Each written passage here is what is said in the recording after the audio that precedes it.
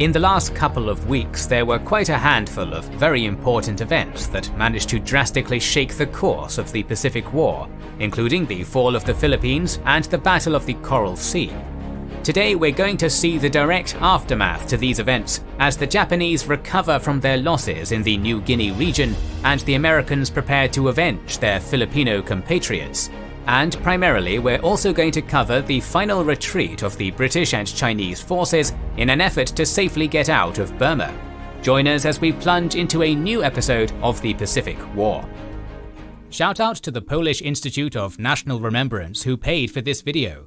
Their game, called Cypher's Game, is a free first-person puzzler set in a detailed and realistic rendition of a rarely talked about war, the Polish Bolshevik War of 1920. You carry out the real mission of Polish soldiers to sabotage a Soviet armoured train, all using the genuine machines of the era. You'll get to know what the tech and especially the train looks like up close and how it all worked. Enjoy a rare look at this history-altering conflict through the eyes of the soldiers carrying out these deadly missions, in a game designed to educate and entertain. As mentioned, it's free, so well worth a look for the historical experience alone. Check it out on Steam. We'll have the link in the description.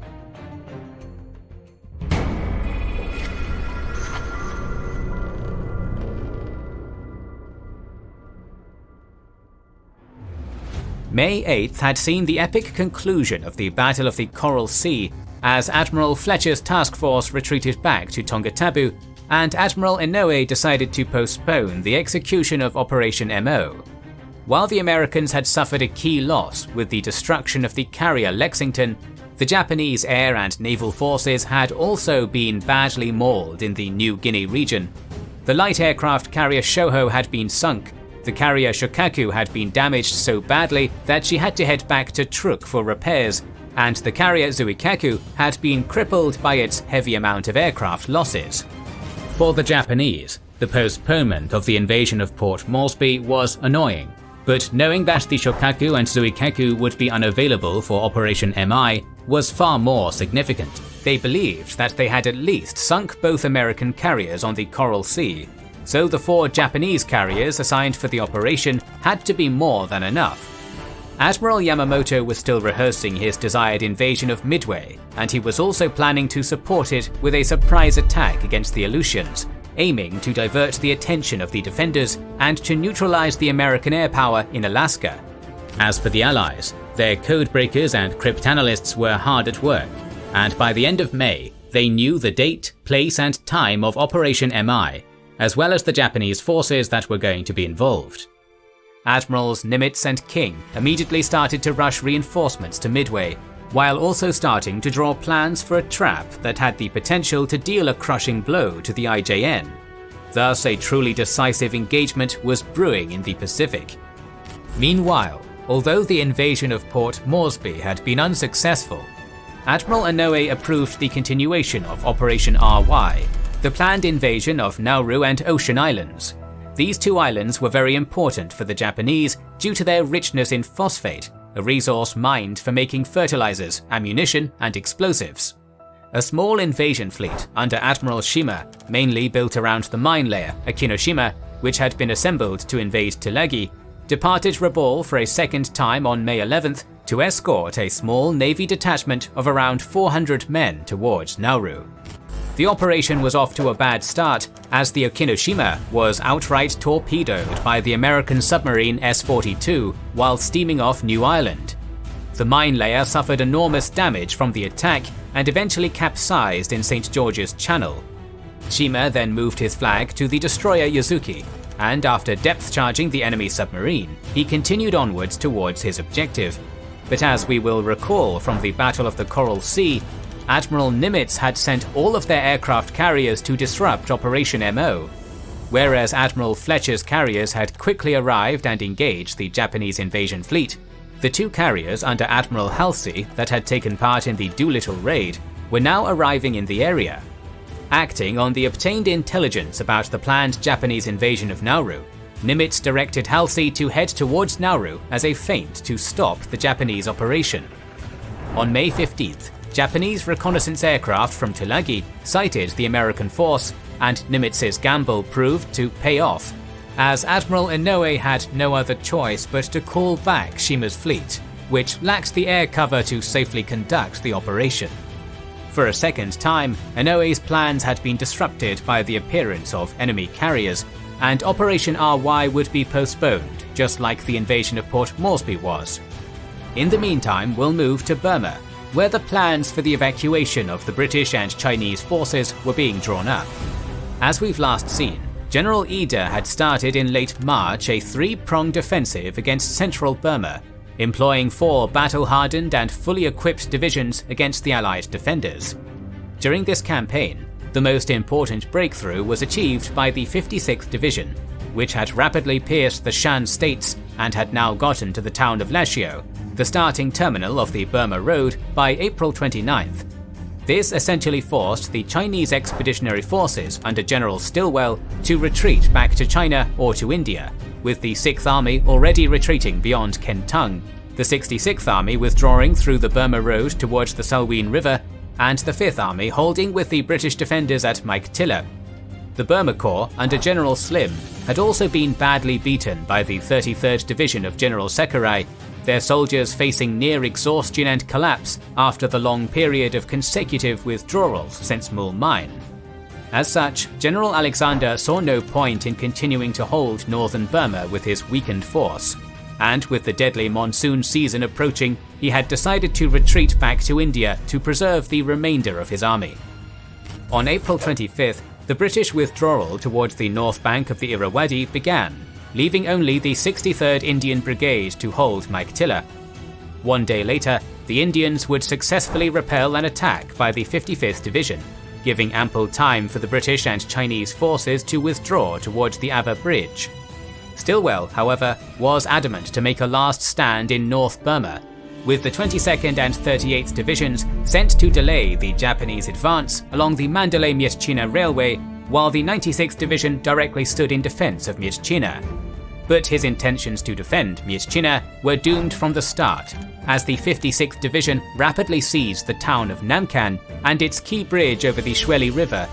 From there, the invaders would capture the town of Bamo and would finally get to occupy Myitkyina on May 8th, definitely leaving Stilwell no other choice but to retreat out of Burma. On April 27th, Stilwell had also presented to Chiang Kai-shek a proposal to organize and train a Chinese force in India, hoping to create an army of 100,000 soldiers, equipped with Allied Lend-Lease and trained as elite troops, which would carry out the reconquest of Burma from British-controlled India.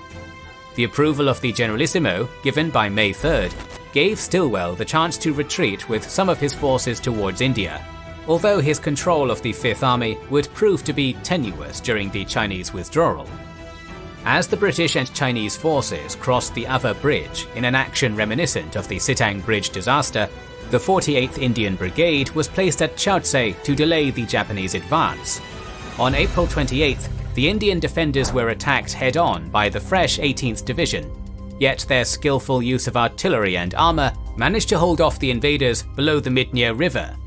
By April 30th, all Allied troops had crossed to the north, and the Ava Bridge had been blown, thanks to the well-fought actions of the 48th. But on that same day, Sakurai had rushed his forces from Yanonyang and had reached Monua before the 1st Burma Division, forcing the defenders to retreat in confusion. The following day, Slim sent the 13th and 63rd Indian Brigades to counterattack and relieved the trapped 1st Burma. The attack on the evening of May 1st initially went really well, but allegedly, the Indians were ordered to withdraw to the north on May 2nd. It is believed that the Japanese used captured tanks from the 7th Armoured Brigade to deliver this false message in a ruse that was very successful.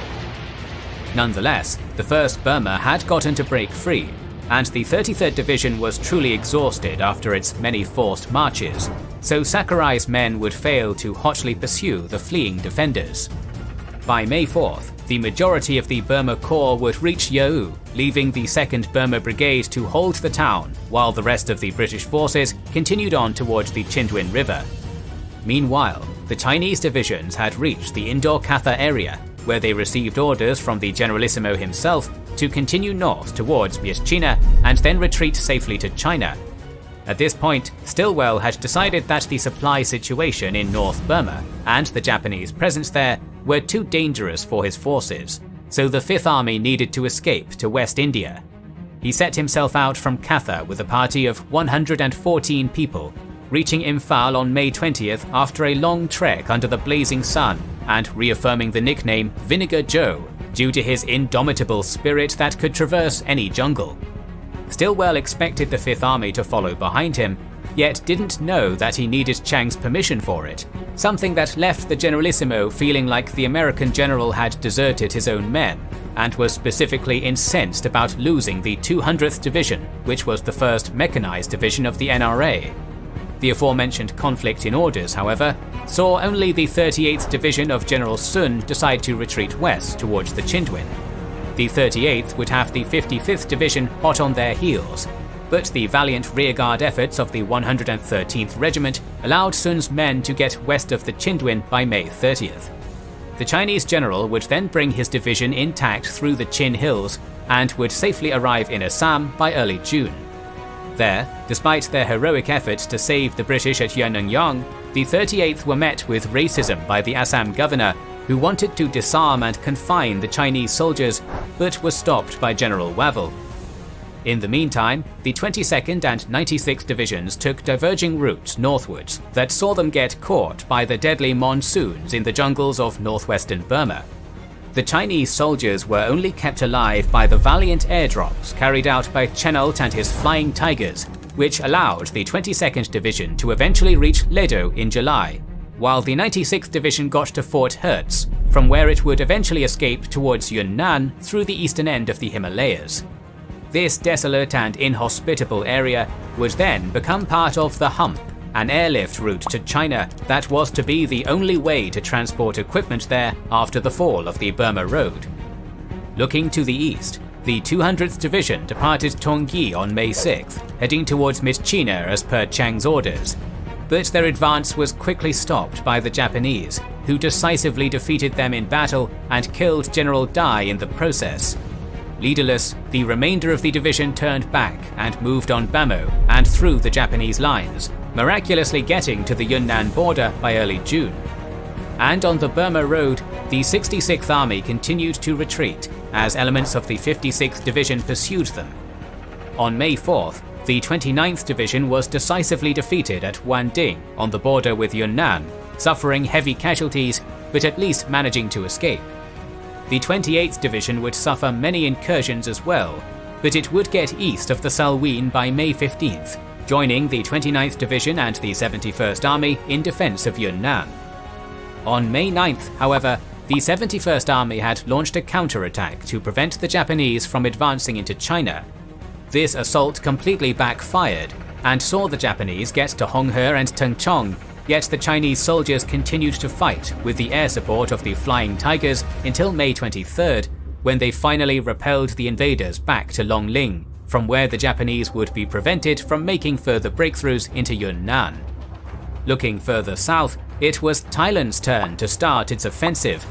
As we'll recall, in December of 1941, the Thais had allowed the Japanese full access through their country to attack Malaya and Burma in return for the lost territory that they had conceded to the British Empire.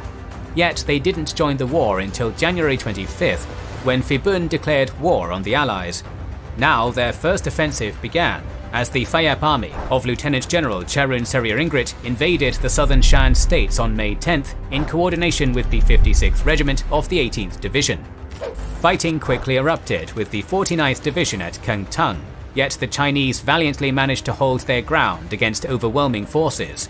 Eventually, Chiang ordered them to retreat to Yunnan, so the combined Japanese-Thai forces could occupy Kengtung on May 28th, then advancing on Mongyong 2 days later and finally securing the Salween Valley by the end of the month. And getting back to the British defenders, most of the Burma Corps had crossed onto the western bank of the Chindwin River by May 9th, leaving only the 2nd Burma Brigade and the 48th Indian Brigade to hold the Shueguin Basin, through which the defenders were retreating towards Kolewa. At dawn on May 10th, Sakurai's men caught up with them and launched a devastating assault against the southern lip of the basin. The British soldiers fiercely resisted while the last units crossed the river, and by May 12th, the 2 remaining battalions had successfully disengaged from the enemy, joining the rest of Slim's forces as they traversed the Kabul Valley towards the border town of Tamu. It took them 7 days to reach their destination through unforgiving jungle terrain infested with malaria, and by May 28th, most of the Burma Corps had crossed the border into India, then continuing towards the town of Imphal. The 12,000 exhausted and malarious survivors of the Burma Army joined the 23rd Indian Division as the only line of defense for the province of Assam, yet they were not in any shape to stand against a renewed Japanese offensive. Luckily for them, General Ida had no plans to overextend his forces with an invasion of India, especially with the deadly monsoons assaulting the region, so the British would be allowed to regroup, rest, and prepare their defences for another day. It's worth mentioning at this point that since the evacuation of Mulmine and Rangoon, thousands upon thousands of Indian and Burmese inhabitants also began to move west to escape the Japanese terror. This set off an exodus of more than 500,000 refugees into the provinces of Bengal and Assam, something that would have dire consequences in the future. The region of Arakan was also evacuated on May 4th after destroying the airport of Akyab, and the region would see Japanese forces entering to occupy it. This effectively concluded the invasion of Burma, and it was another amazing victory for the Japanese Empire, which had once again managed to prove its military superiority over the British forces. Next week, we're going to depart the Pacific Theatre to take a look at some events happening in mainland China, where Chiang Kai-shek and his forces faced the disastrous consequences of the Doolittle Raid. If you don't want to miss that episode, make sure you are subscribed and have pressed the bell button to see it. Please consider liking, commenting, and sharing, it helps immensely. Our videos would be impossible without our kind patrons and YouTube channel members, whose ranks you can join via the links in the description to know our schedule, get early access to our videos, access our Discord, and much more. This is the Kings and Generals channel, and we will catch you on the next one.